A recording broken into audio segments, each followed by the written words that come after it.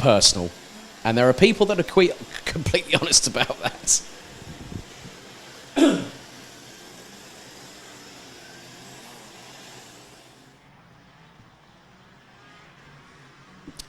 So we go to race 15 of the meeting. DD2 out this time. Heat 2, groups B and C. Your grid is as follows. Selas Ritter from RS Competition is on pole position, and alongside from 54 Squadra Corse is Italy's Luca Munaretto. Nicolas Pico and Ragnar Virus round out the top 4 positions ahead of Vili Villainen, Matis Malinovskis, Niklas Grenz, David Remy, Daniel Mahacek and Alex Navarro Amigo from Spain rounding out the top 10 positions. Friedrich Jehech and also Jon Einari Bambus round out the top 12 ahead of Bruno Ossa and Tenschert. That's the top 7 rows completed. Riehult and Garkaklis in 16th. Paulsen and Bartels, Sani Bekian and Müller, Spans and Gerhard round out the 22 strong. So we'll see Zanav Triblak in the final heat a little bit later on this afternoon. And I think I'm just going to have a look at when their last race will be.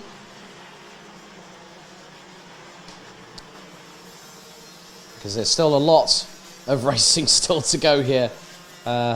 So I think I'll be adding to my stat tallies come this evening, ready for karting Genk in 6 weeks' time. Which is going to be an exciting way to really kickstart the season and see who's going to go and get those 9 tickets for the Rotax Max Challenge Grand Finals in Bahrain, taking place at the International Karting Circuit between the 7th and the 14th of November. The chaotic carnival of colour. As I think if Helmut Vogelsam, if you're watching, I remember saying that to you in Sarno, and the first thing that you did was laugh, my good friend. So I hope you and all the team over in Austria are keeping very, very well indeed. Sunshine still continues to beam down here in southern Spain. And it's going to tail off a bit. We're going to hit about 17 degrees around about 6 o'clock this evening. So once again, red lights on the starting gantry, 10 minutes plus an additional lap, with Ritter and Munaretto on the front row.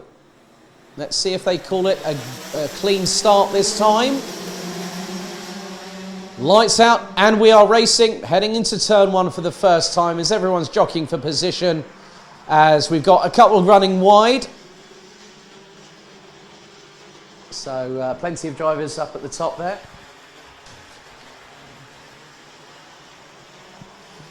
Micromax driver 23, that's Micromax driver 23, Tom Strele to the stewards immediately.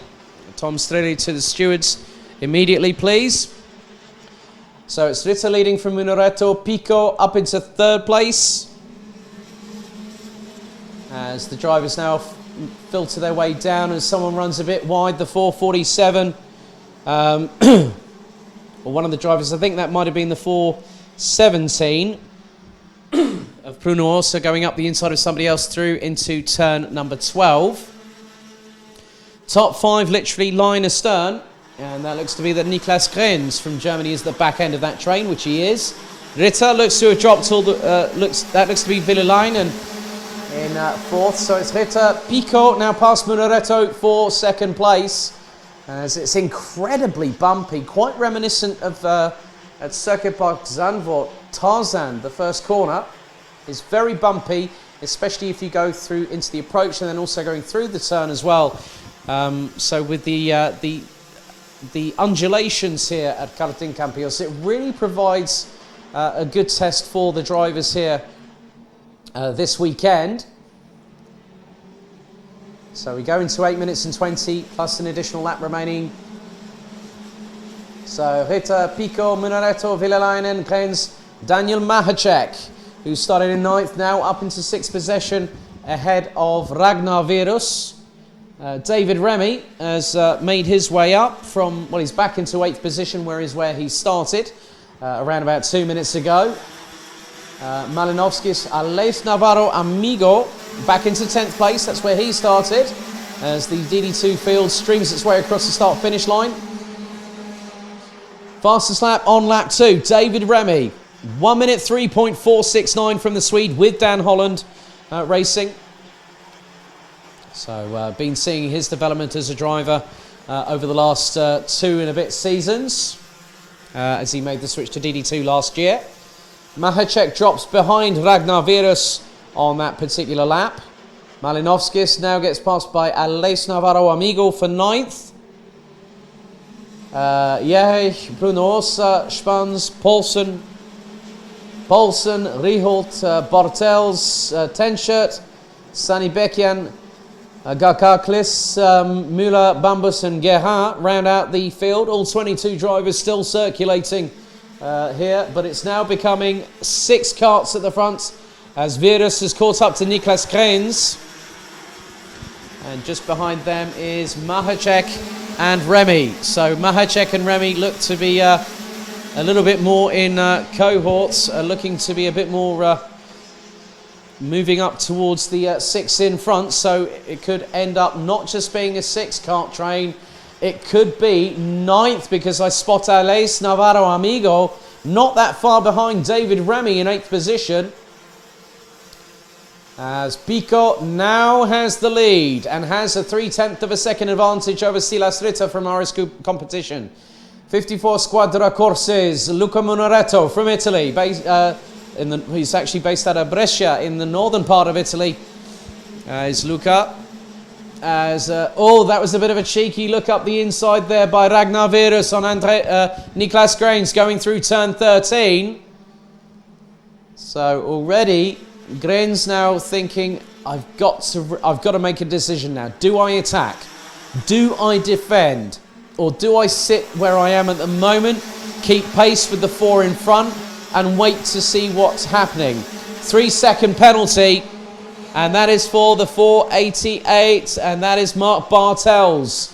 That will probably be for coming out 2 wheels out of the tram lines. I'm just waiting for that to be confirmed via live timing. You can head to Rotax Max Challenge-EuroTrophy.com for all the relevant links for live timing, live streaming, also the current timetable and any regulations, including the sporting regulations for 2020 and the 2020 Rotax Max Challenge Global Technical Regulations. And now that's a great move on Daniel Mahacek by David Remy up the inside for P7 through turn 12. But Pico commanding proceedings as we've gone past the halfway point. And there's another overtake happening, I believe, and that was on Niklas Grens. But that was Ragnar Virus. Grens decided, no, you're not getting past. Shut the door firmly in the direction of Virus, who goes again, as we've got another penalty there. That is for 407. That is for, as I think now, Manuel Tenshirt has dropped to the tail end of the field. He's now down in 22nd position.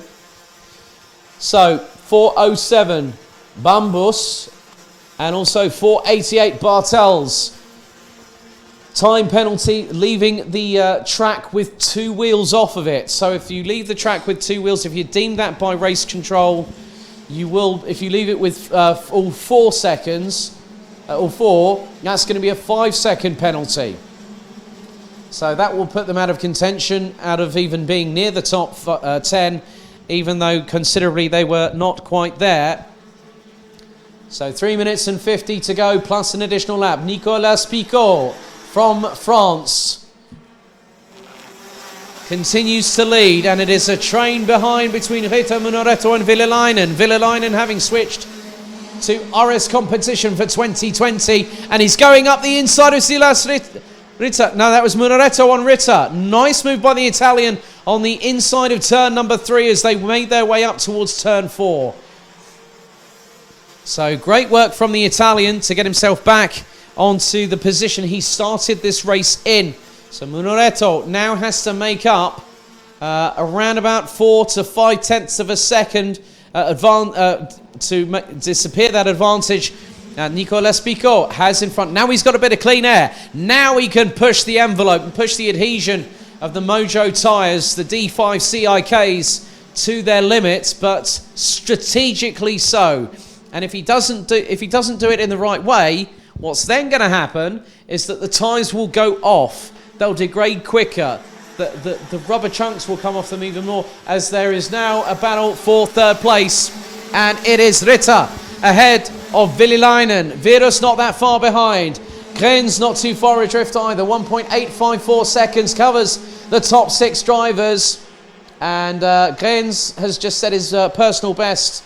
But the fastest driver on the circuit down in 8th position is Aleix Navarro Amigo from Spain. He's just put in a 1:03.065 on lap 3 of the race. We're currently on lap number 8. But now the battle between Ritter, Vililainen, and I think now Ragnar Virus has joined the party. That is the case as he's closing on the Finn. Ragnar Virus hails, I think, if memory serves me correctly, from the same nation as Kevin Corjus, who also has competed in Rotax racing circles over the past few seasons, even took part in the Grand Finals and is also a Grand Finals champion as well. So plenty of drivers that have come through the Rotax racing circles.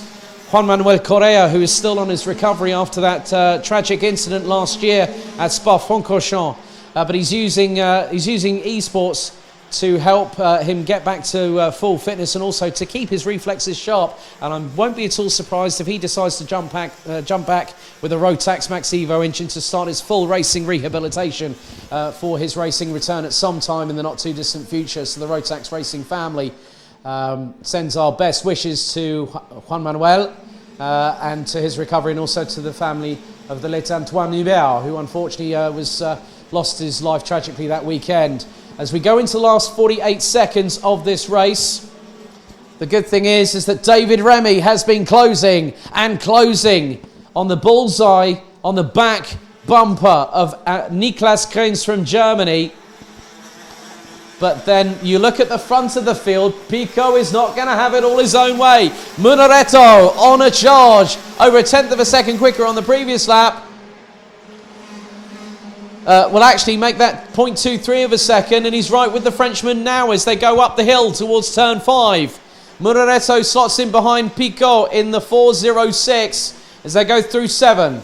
Over the crest at 8. Down the hill. Streaking their way down to turn 9. Then it's a further descent to the right into 10. Hard on the anchors into 11. And you can just see that Munaretto's a little bit deeper on the braking. He's going to go for it. He's got this plus the last few corners as they're about to go through turns 13 and 14. Munaretto is closing on Pico. These two have battled before. And I'm not at all surprised that Pico could be under threat very shortly. Munaretto goes towards the inside to take a tighter apex through turn 16, through the left into 17. He's going to try and get the run coming out of 18. He's right in the toe. He's right on the back bumper of Pico as they go across the line to start the final lap of the race. As Munaretto was looking, he thought he had an opportunity through turn 1. Wasn't going to happen. Pico going ultra defensive. Munaretto right with the Frenchman now as they go down the hill into turn 6. Now into the right at turn 7. Up the hill to 8 once again to hit the crest of the top of the circuit. Down the hill they go down into the sweeper at 9. Into the right-hander. And whilst this is happening, Silas Ritter is closing. Ragnar Virus is closing. But they won't have enough opportunity. Munaretto deep on the brakes again. And Pico has to quickly look over his left shoulder. This time around, Ritter could really be a force de rigueur here.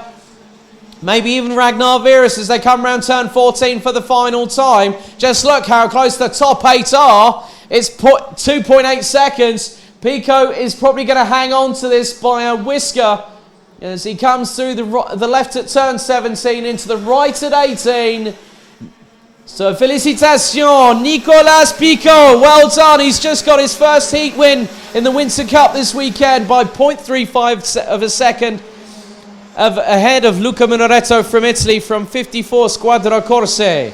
Silas Ritter takes third ahead of Ragnar Virus with Vililainen from Finland. The silent Finnish assassin, because he doesn't speak much English.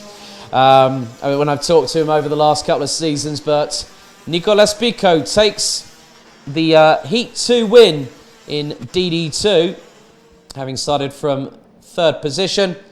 Then it was Luca Minoretto who finished exactly where he started, P2. Celeste Ritter, who was on pole, finished in P3 ahead of Ragnar Virus. And then also Ville Villelainen, who rounds out the top 5.